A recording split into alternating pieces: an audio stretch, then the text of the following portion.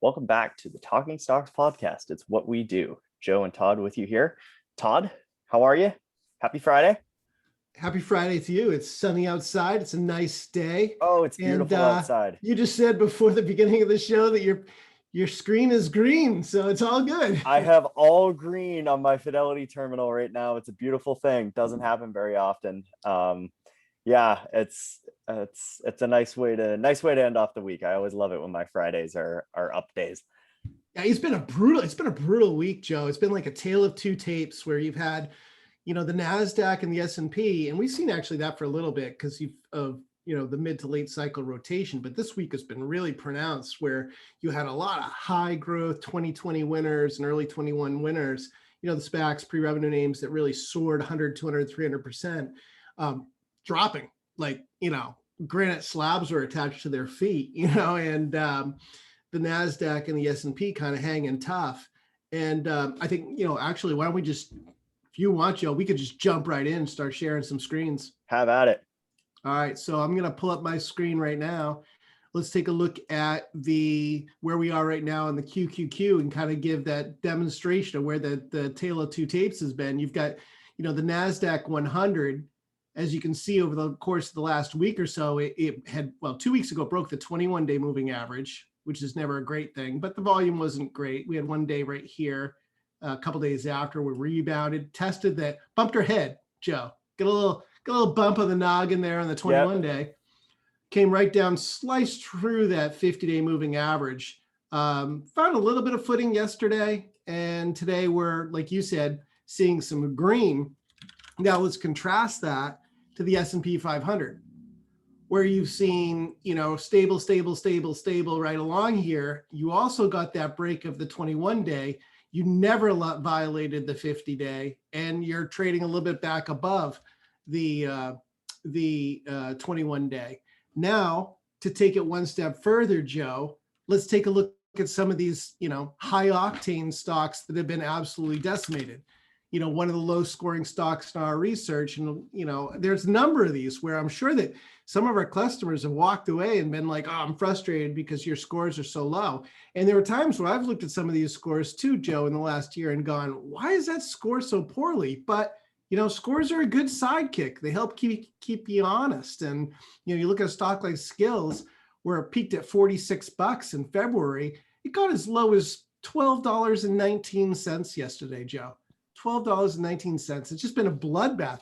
Another one, NanoX, NNOX, peaked at $94, Joe, in January. Got down below $20, $18.80 yesterday. Again, another low scoring stock in our research that I'm sure, FinTwits was frustrated seeing these low scores. I'm sure we probably lost a couple of subscribers over it. It is what it is.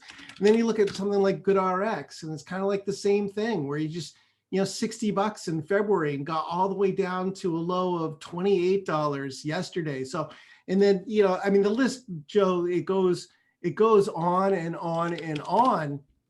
But it really does point to the fact that, hey, it's been this tale of two tapes. And, I've got a theory, Joe. What's your theory?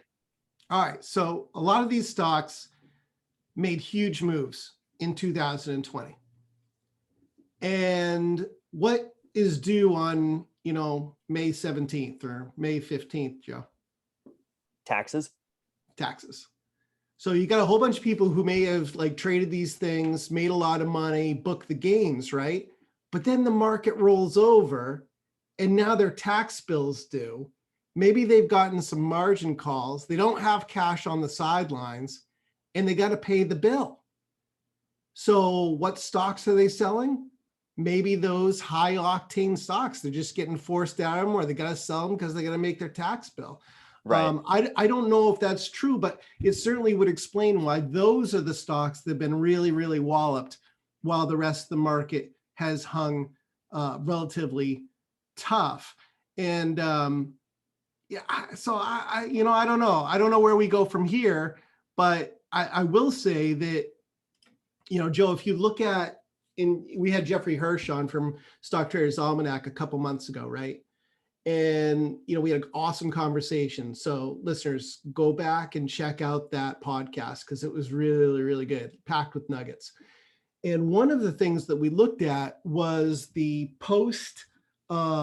seasonal,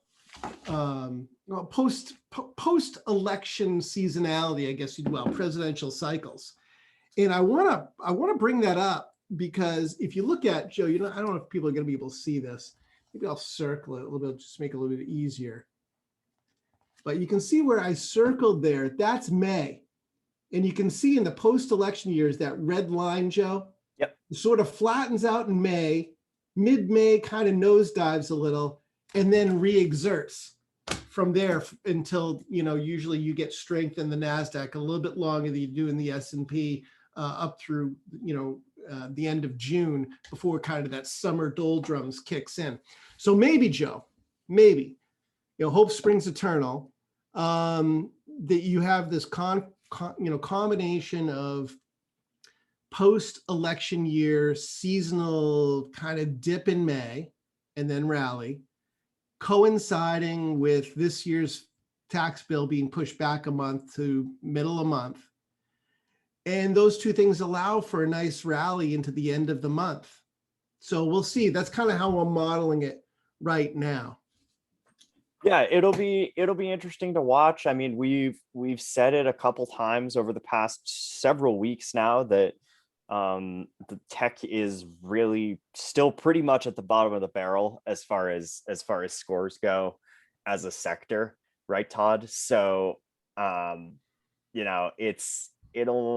creep back up as we get later into the cycle. But I'm looking at like industrials, consumer goods, and financials right now.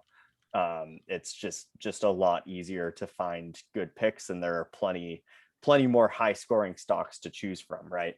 Absolutely. And later in the show, we're going to do a smattering. So stay tuned, listeners, because I'm going to share with you the stocks that I've been buying and selling in the last week.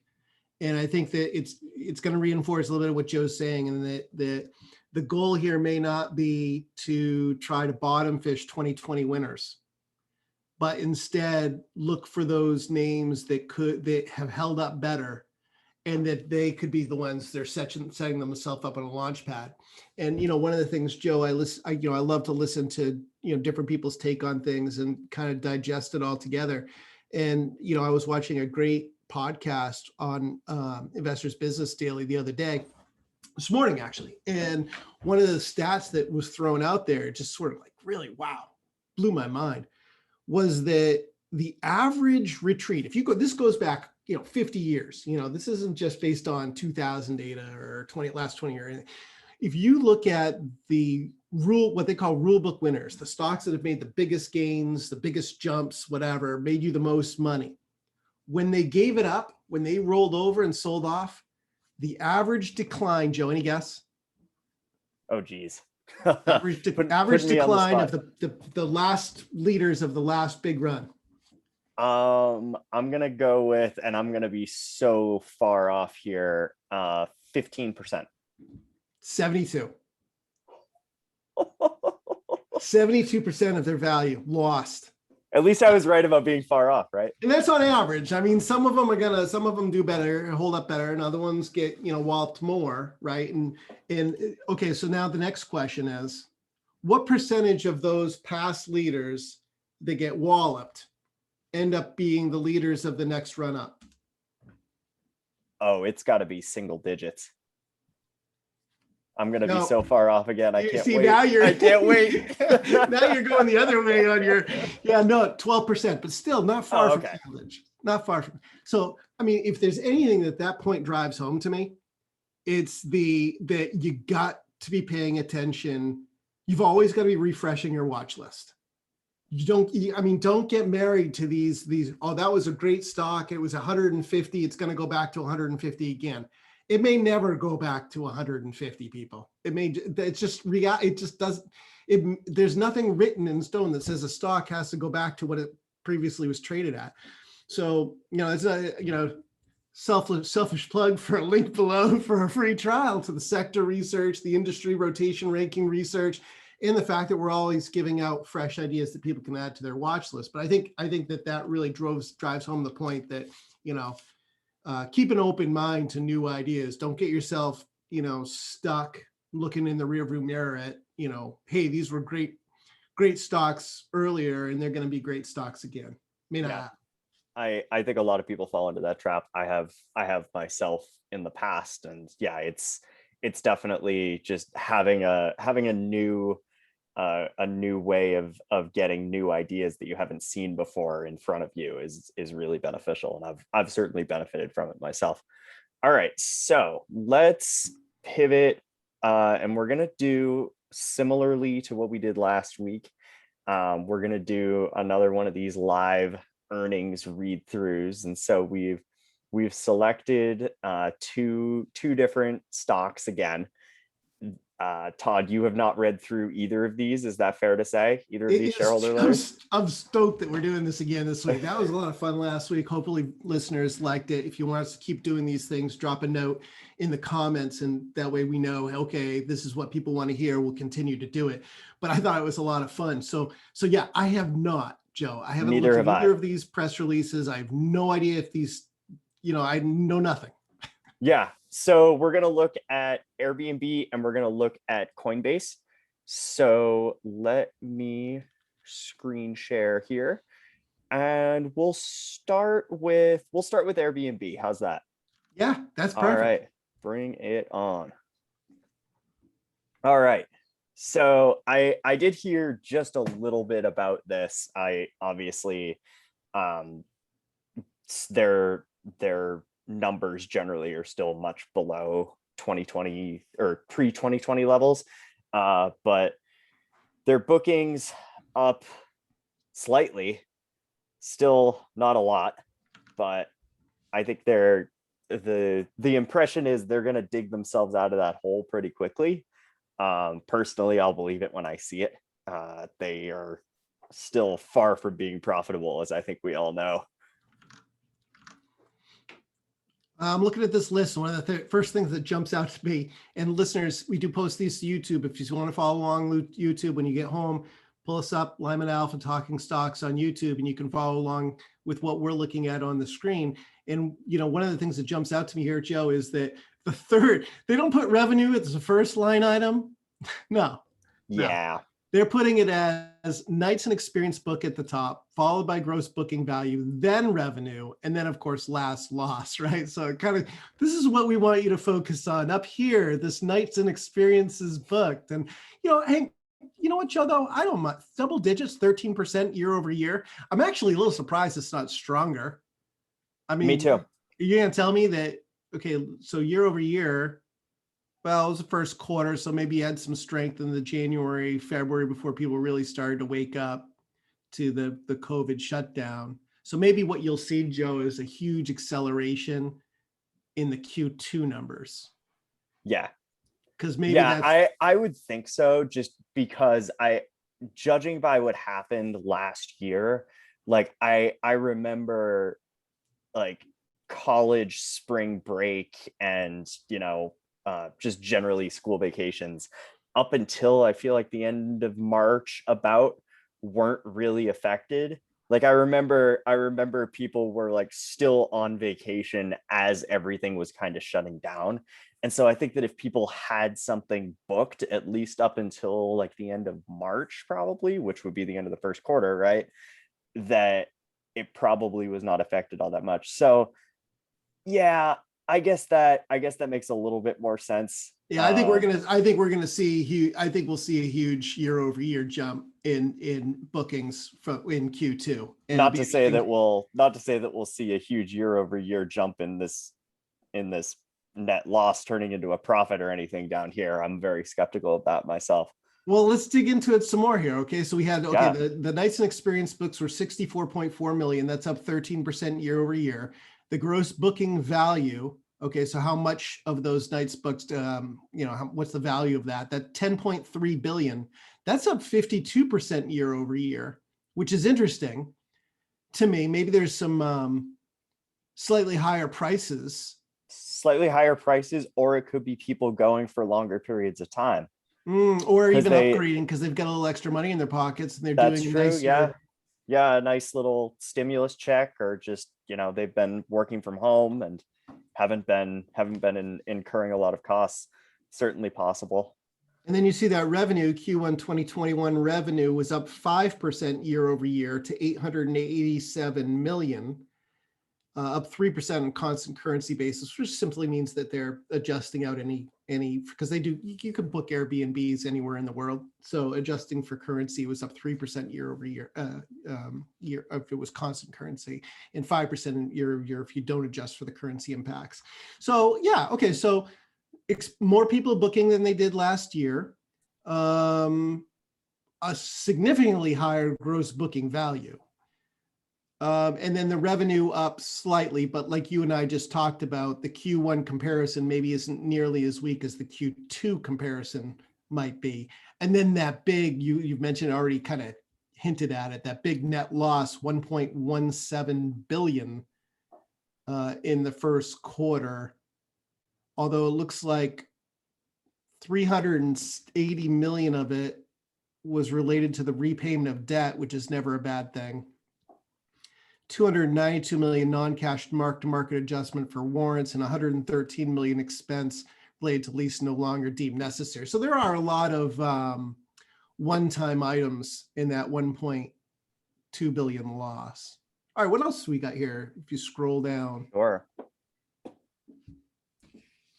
So adjusted EBITDA, earnings before interest, taxes, deductions, amortization, loss of 59 million. But that they say that was materially improved from a year ago, although they don't give us the year ago number here. But they do say it's at the end of the letter. We'll get to it. Okay. All right. So yeah, 2020 was a year none of us will ever forget. Yeah, we get it. Cliches. All right. So this is basically just what we were looking at before with a little bit more detail. Go scroll up a little bit though. Go scroll up to right there. Man, this is what we were talking about. This revenue is driven by strength in North America and higher average daily rates during the quarter. Interesting. So, I wonder why that is. That's interesting. So, maybe that's just people have more pricing power now. Be interesting to see how much capacity is actually open. I know it's really tough. I tried to book something for the summer. It's really hard to find what I'm looking for. Yeah, now I know the summer is just supposed to be insane. We have some pretty touristy areas near where we are in New Hampshire, and I know they're expecting record-breaking numbers this year. And then if Joe, look at that next line, where that next bullet where it says significant items impacted Q1 21 net loss. That we were just talking about that. So that net loss, the headline number, is scary, but 782 million of that 1.17 billion are theoretically non-recurring or one-time things. Yeah. And here's the comparison that I wanted in that adjusted EBITDA. Yeah. Oh, that's a pretty marked improvement. That is quite the improvement. 59 million from a loss. So loss of 59 million up from a loss of 334 million in Q1 of 2020. So that's significant. Increased marketing efficiency. That means that they've just spent less on marketing. and maybe targeting is getting better. But yeah. I mean, let's put it this way, Joe. I mean, how much does Airbnb really have to market right now? I mean, if you're looking for a place to go, it's gonna be one of the top 3 places you pull up to look. Yeah. Without any kind of prompting from click on this button. Yeah, I don't think there's really any brand awareness they have to do anymore. So it's just a matter of making sure that they remain at the top of search results when somebody's looking for rentals in wherever. I'm scrolling down, and to your point you made earlier where people are staying longer. Yep. Look at that third bullet point under business highlights. Yep. Guests aren't just traveling on Airbnb, they're living on Airbnb. Not for traditional travel, but for long-term stays defined as stays of 28 days or more. 24, so nearly a quarter of all bookings are long-term. That's impressive. It makes sense though, right? Because with all of these, I guess they're becoming less and less now, but over the past year, all of these quarantine restrictions, right? And so if you're traveling, like if you were traveling from New Hampshire to, I don't know, Virginia, you would have to technically you would have to quarantine in Virginia for 2 weeks. And so if you're quarantining there, you can't really go out and do much while you're quarantining, assuming you're doing it right, which obviously most people don't. But you know, if you want to play by the rules, then yeah, you have to stay down there for at least 2 weeks in order to, kind of be able to experience the area you're in, right? I'll take it one step further too, Joe. I mean, with work from home, I mean, look at what we do. We could be anywhere. Right. I mean, we've recorded podcasts with you at ski lodges and you down in South. I mean, you don't, so you could do a long-term rental in someplace awesome. I don't know whether or not though, post-vaccination, that number starts to come down. I would imagine it would. I think so too. Yeah. Yeah. Although who knows, maybe people who have enough disposable income where they can do that. They decide that they're going to go up. If they're in New York City, they decide that they're going to go up to Maine for the whole summer or something, right?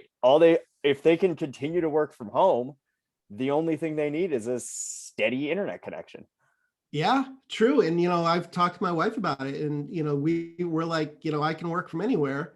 So why can't we get on a plane? Well, we can't because Europe won't have us right now. But I mean, theoretically, we could go to Ireland, right? Rent a place for a month and hang out in Ireland and, really embed ourselves. And honestly, if I had my druthers, that's what I would love to embed myself. Forget this 5-day travel or 7-day travel where you takes your first 2 or 3 days just to get acclimated. And your last 2 days, you're like all worried about when you're coming home, I mean, it's like, yeah, it could just be the new way, assuming you can afford that. And yeah, it's the numbers. How many people can afford to do? So that number is probably going to fall. I would imagine, but who knows? If that stays at 10 to 15%, that's still significant, right? No, it certainly gives you pricing power because you're taking capacity out of the system. Right. Okay, so what else we have? That's just blah, blah, blah. We're all just, we're awesome. We're ready for you. Educating the world about what makes Air. Okay, so 2021 plan. Educating the world about Airbnb's difference, recruiting hosts and setting them up, simplifying journey, delivering blah, blah, blah. That's what you'd expect them to say, right? Right. We're going to grow our business. Special announcement. Most comprehensive update to Airbnb service in 12 years. All right. That's completely non-informative. Yeah, that doesn't tell us much as a shareholder. Yeah, I think we're getting to the this is a lot of portion of this. Yeah, a lot of marketing stuff here. 55% of hosts are women, 58% of super hosts are women. I wonder if they give us a number of how many hosts there are. They say? I'm sure they do somewhere. I think someone on Twitter said that there's like 4 million hosts or so. I could be totally wrong. I bet I can just Google it. Let me just Google it. Yeah. How many Airbnb hosts are there? 2.9 million in 2019. Okay, so yeah, 4 million wouldn't be a bad guesstimate. And if you think about it, I mean, there's way more than 4 million households on the planet. So there's probably a lot of people here who aren't, but maybe could still be still consider.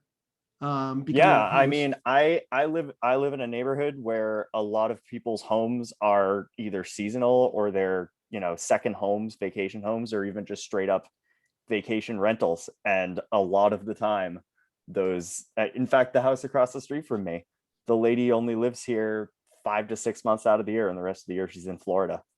So That's Does she rent an it out? untapped market. Nope. House is completely empty. Yeah, so I mean, that's just money just waiting to be tapped, and I'm sure there's Right. a lot of people. Maybe during the COVID too. I mean, people didn't want to do that; they were resistant to because they didn't want to have a whole bunch of strangers walking through their house, right? But we get to a point post COVID, maybe we'll start to see that open up, and that obviously would, that could be good. Absolutely. All right, what else do we see in here? Anything else that we should talk about? Let's see. Let's get down to the Simplifying nitty guest gritty. Let's see if journey, they have world-class yeah, service. the tables. We That's already the had same these numbers. Kind of what we just talked about with those gross booking value numbers and everything else. North America's strongest region.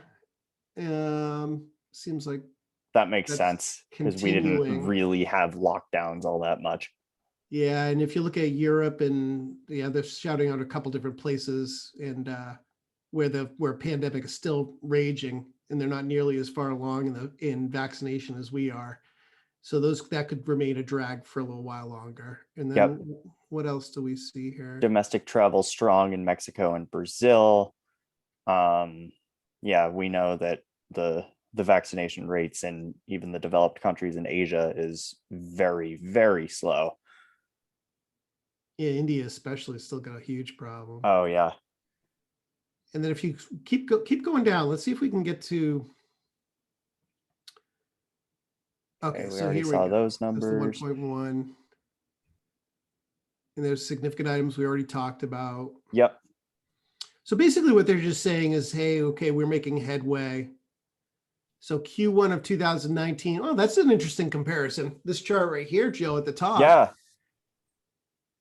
If you compare to pre-COVID, Q1 revenue was 887 million versus 839 million in Q1 2019. That could be instructive. That's surprising to me. Oh, this next chart is brutal. Yeah, but again, it's that you got to subtract 782 million of that as potentially one-time events. So yeah, it's still more losing money more than 2019. Yeah, losing money. Yeah, no question. Absolutely. EBITDA significant improvement though. Yeah. All right. Anything else you think we can?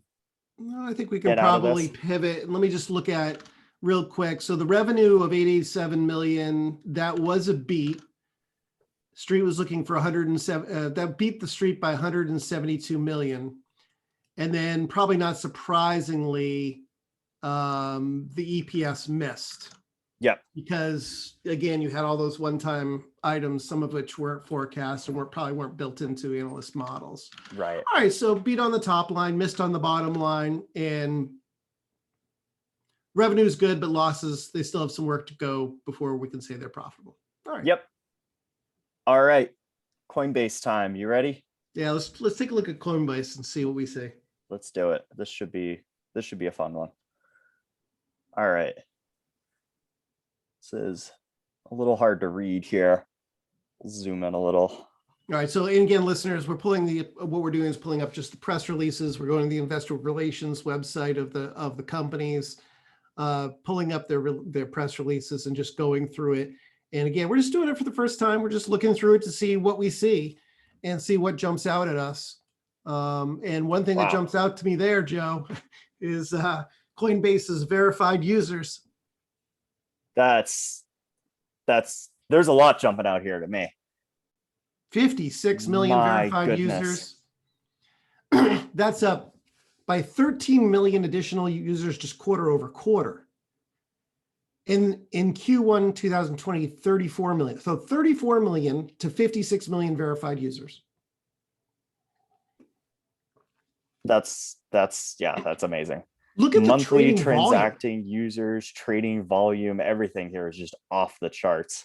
You tell our listeners what those numbers are, Joe. Yeah, so monthly transacting users, this is just from the previous quarter to this quarter. So Q4 2020, monthly transacting users, I assume that means users who have made a trade in the past month, went from 2.8 million to 6.1 million.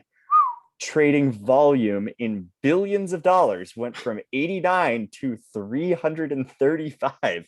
This And this is quarter over quarter, people. yes, and assets on platform went from 90 billion to 223 billion. I'm just going to keep reading these off because Just keep they're going. pretty amazing. Net revenue goes from 497 million to 1,597,000,000. Total revenue went from 585 million to 1.8 billion. Net income went from 177 million to 771 million. And again, That's a reverse of quarter. itself. Yes, this is quarter over quarter. This is not year over year, folks. And then adjusted EBITDA went from 288 million to 1.117 billion. Wow. That's all right.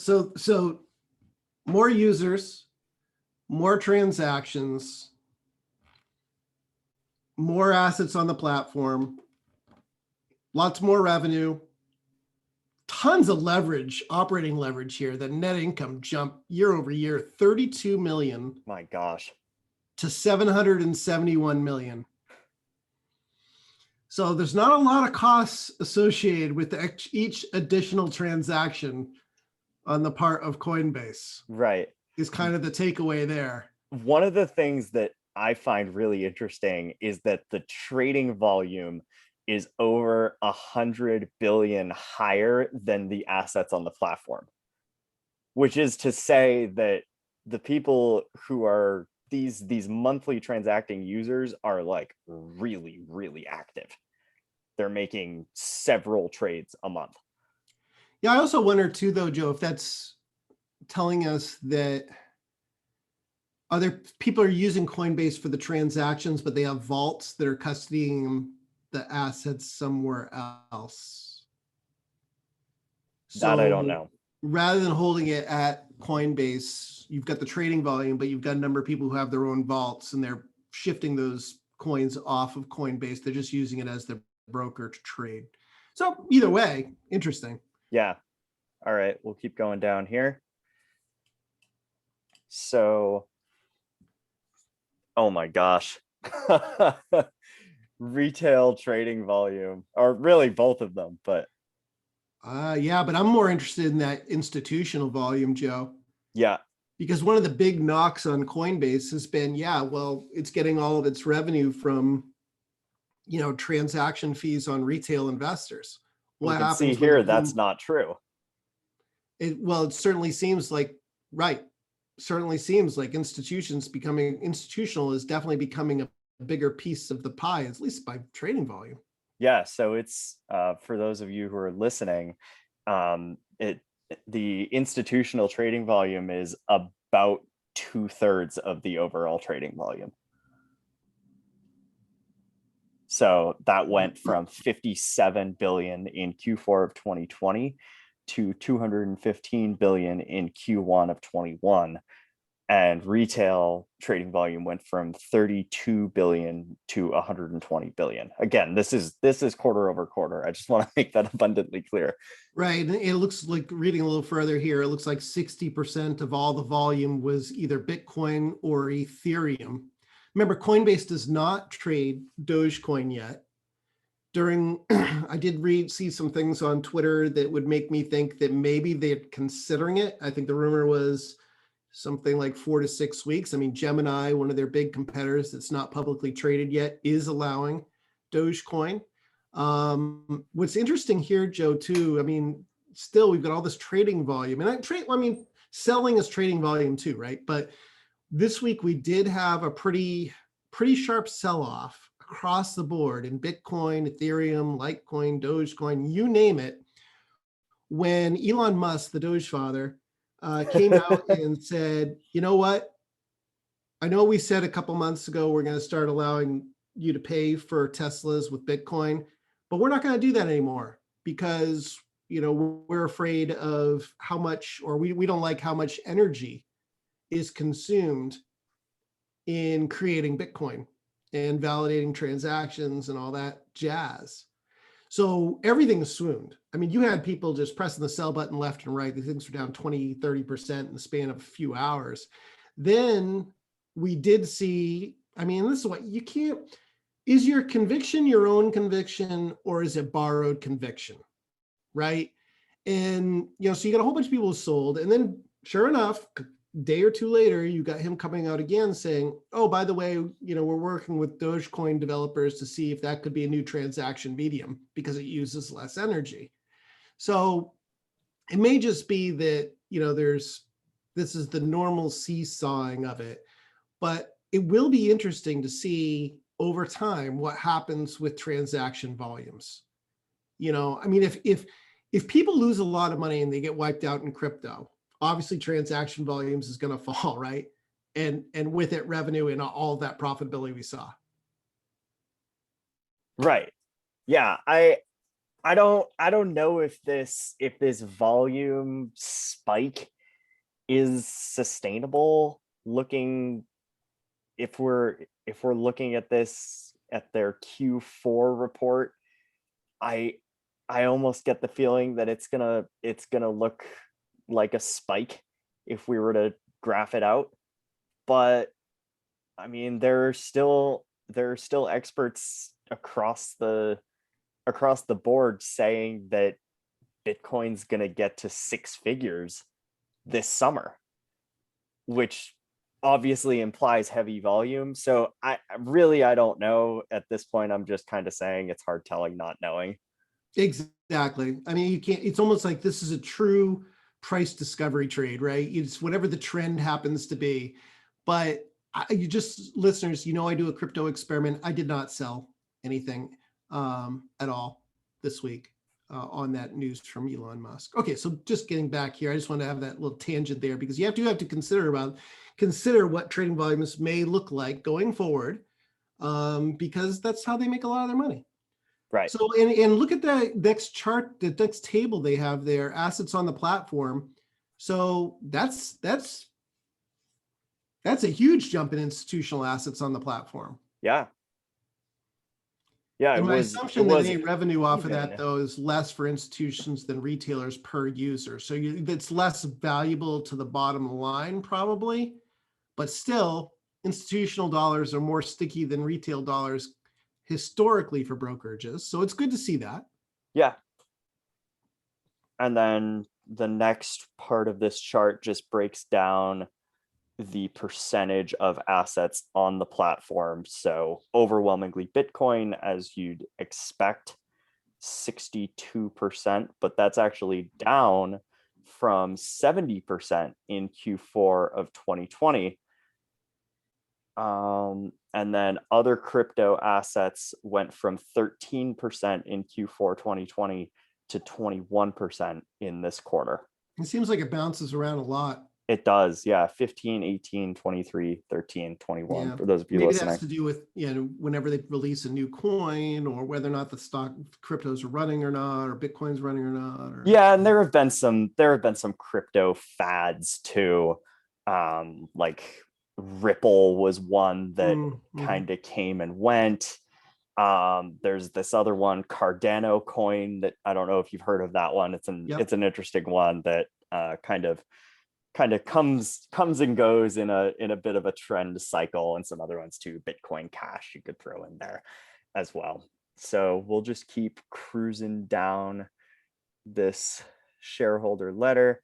So this is what I was talking about, Joe, with that institutional accounting for because of course you got to give a deal to the institutions relative to retail, and now you're seeing that in the transaction revenue in that table you're seeing for net revenue.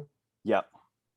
So a lot more assets, but look at the lot less money being generated by them. Yeah, that's a huge discrepancy. But I think that you still can't overlook the importance of having institutions on there, because in my opinion, it gives some more validity to the platform rather than just having a bunch of meme lords trading Dogecoin and posting about their memes on social media.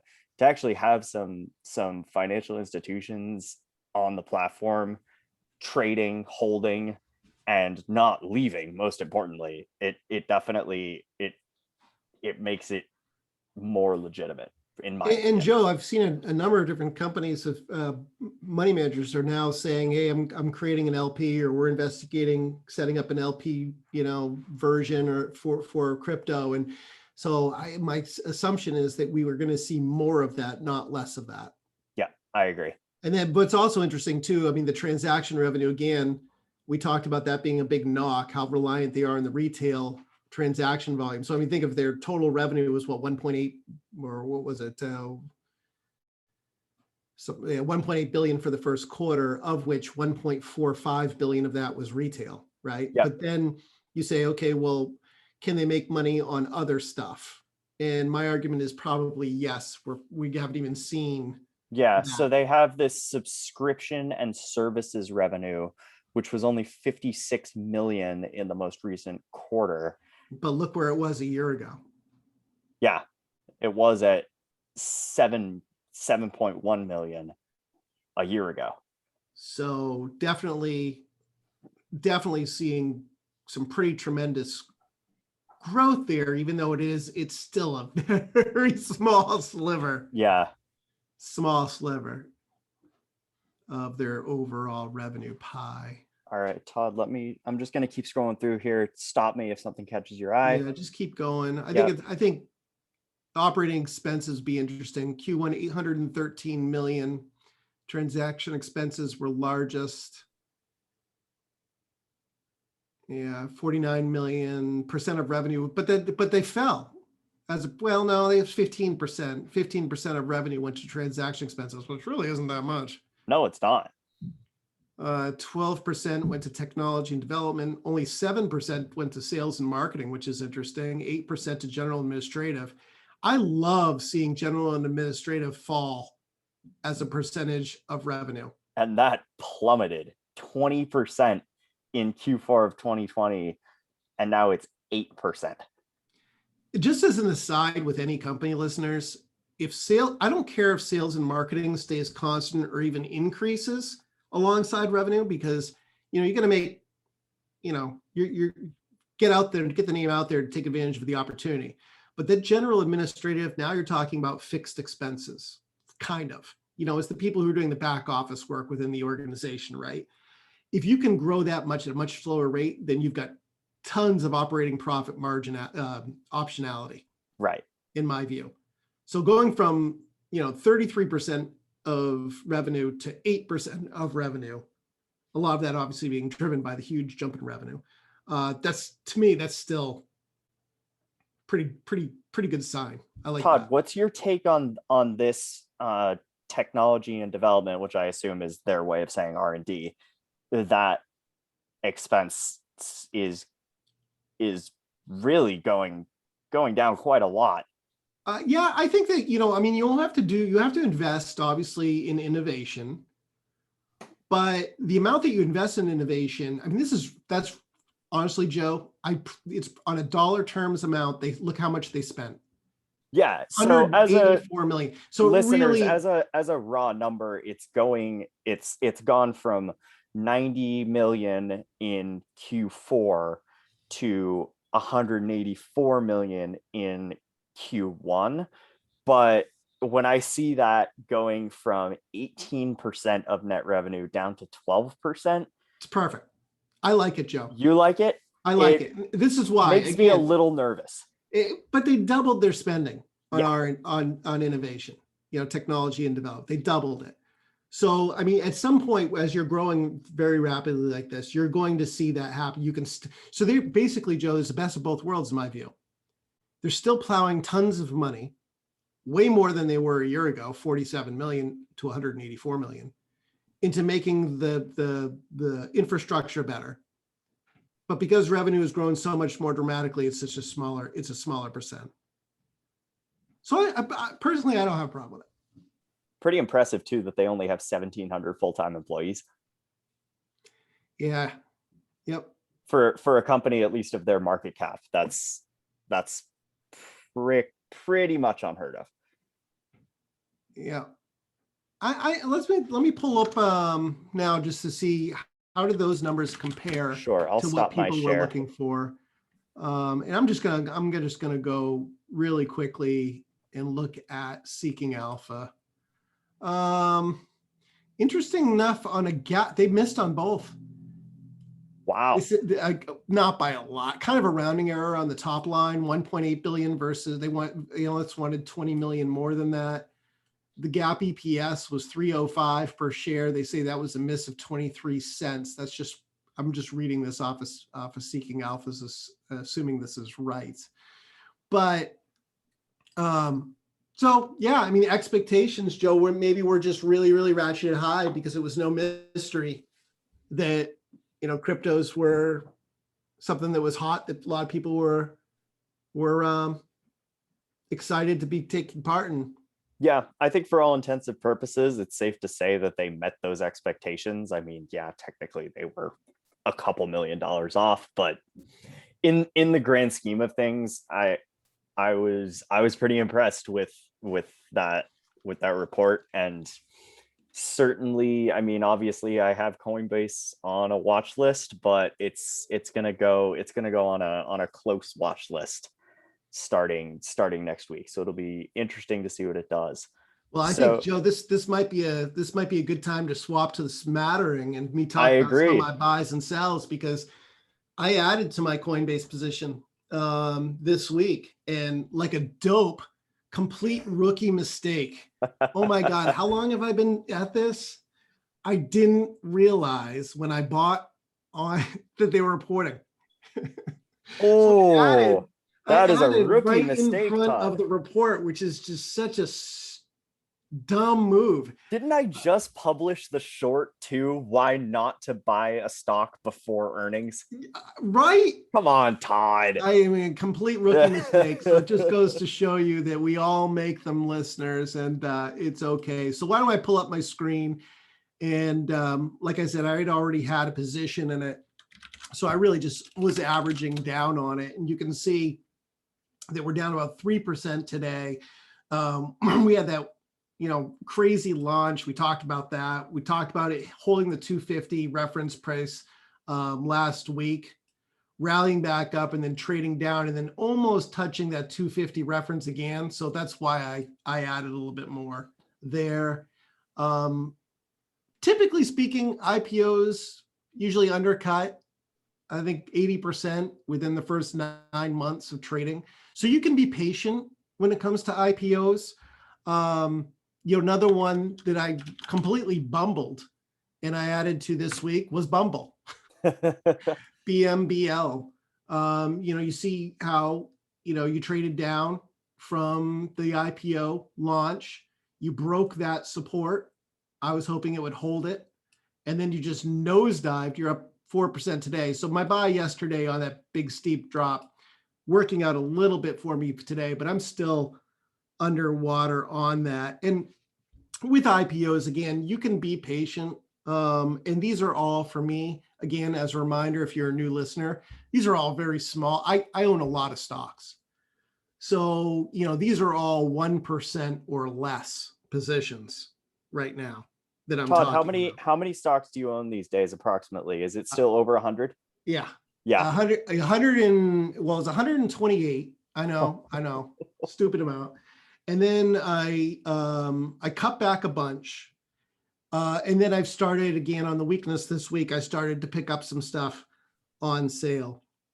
Those are two that I had already owned, Bumble and Coin, that I added just a little bit more to, because I do believe in those businesses. So I bought those more on story than anything else, which you can run into risk in the short term is with negative sentiment. But I wanted to make that disclaimer. This next stock, however, is one that I've wanted to own for a long time, Shockwave. And they're involved in helping people who, you know, have jammed up arteries because, you know, they're at risk of having a stroke because of the jammed up arteries. And this is a newer, better way, theoretically, of breaking up the calcification within those arteries that could be safer. And people are embracing it. Revenue grew 110% year over year to 32 million. 2022 estimates now call for it moving to a profit. And, you can see it break out on the news of the earnings report, Joe, here. I took it the next day on that down. And listeners, this is what I love to do. This is a high scoring stock in our research. I think it's got a score like a 90, 95, something like that. Came off of its high, undercut its 21-day moving average, held the 50, closed above the 21-day moving average, and then retested the 21-day moving average. That's when we talk about how I like to buy on down days, and I like to buy at support levels. Oftentimes, I'll use the 21-day, the 50-day, and the 200-day moving average as my points where I'll do that. I also bought some Cleveland Cliffs, CLF. You can see that's a little down today, but it's still above its 21-day. Again, I'm buying it as it broke out and now is retreating back towards that 21-day moving average. Same space roughly, Freeport McMoran. So again, copper, steel, gold, etc. related play, broke out to new highs, retreating now back towards the 21-day moving average. So I'm using this retreat as my opportunity to get exposure to that space. And then another one that I picked up was Natera. And Natera is another one of the DNA developing genetic tests to help people, be able to determine treatment and the like. This is a company that's growing pretty quickly, 62% year over year growth in the first quarter to 152 million, still losing a lot of money. But I picked it up, Joe, right there as it's testing and recovering the 200-day moving average with the idea that, if it breaks below this 83.19, I'll admit I was wrong, or I'll go back and redo my homework and make sure that I truly, truly believe that that this stock is one that I want to hold on to long term. I am a fan, just generally speaking, of genomics and especially genetic testing, because I really do believe that's a multi-billion-dollar long-term opportunity. Swapping over quickly, Joe, we'll do a few of the sells so people can see when I sell and why I sell. I unloaded my shares in ResMed, which you can see had this big gap down drop after earnings below the 200-day moving average. It bumped up to the 200-day moving average, retreated again, bumping up again. I may regret this one, Joe, because you do have a gap that theoretically could fill. But honestly, I think this is a kind of a prove it to me now stock for me. I want to see this thing actually recover that. And if it does, then I'll consider rebuying it. But the fact that year over year sales were flat, there was no growth there, I was expecting better than that. And I typically, as a growth investor, don't like to own these companies with decelerating revenues. So that was one of the reasons that I unloaded that one. I also sold shares in Castle Biosciences because it had broken the 200-day moving average, has a declining 21-day and 50-day now. They're about to cross over the 200-day moving average. You've got a big up day today, up 11%, but it's still below all those levels. More than happy to walk away. I made some money on it and walk away, and I'll reevaluate it if it recovers and rebuilds in our scores. Curiosity Stream is one where I bailed out and it has worked. I sold that last Friday prior to the earnings report when it was trading somewhere around 12 bucks.